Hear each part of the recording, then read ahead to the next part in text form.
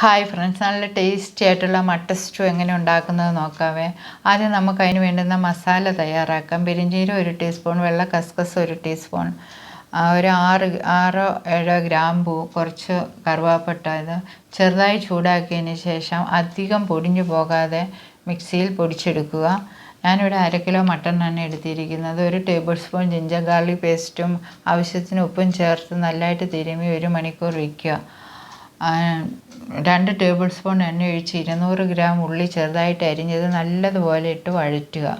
അതിനുശേഷം ഒരു 6 പച്ചമുളക് കീറിയതും 2 തക്കാളിക്കയും അരിഞ്ഞതും ഇട്ട് നല്ലതുപോലെ വഴറ്റിയതിന് ശേഷം അതിലേക്ക് 2 ടീസ്പൂൺ കുരുമുളക് പൊടിയും 3-ാം പാലും ചേർത്ത് ഇളക്കി കുക്കറിനകത്ത് വേവിക്കുക.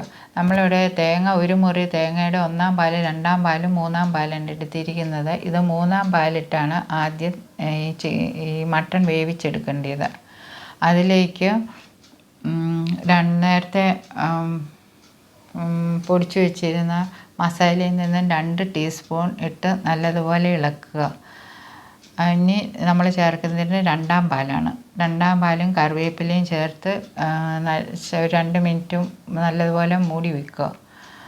ആ മസാലയൊന്നും അകത്തെ പിടിക്കേണ്ടിയിട്ടാണ് അങ്ങനെ ചെയ്യുന്നത്. ഒരു 10 കാഷ്യൂ, 1/2 കപ്പ് വെള്ളത്തിൽ നല്ലതുപോലെ അരിച്ചെടുത്തത് ചേർത്ത് ലോ ഫ്ലെയിമിൽ ഇട്ട് കുറുക്കിയെടുക്കുക.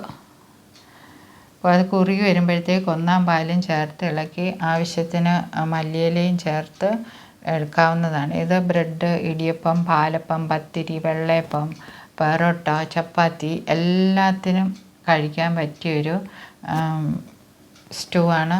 നല്ല ടേസ്റ്റിയാണ്.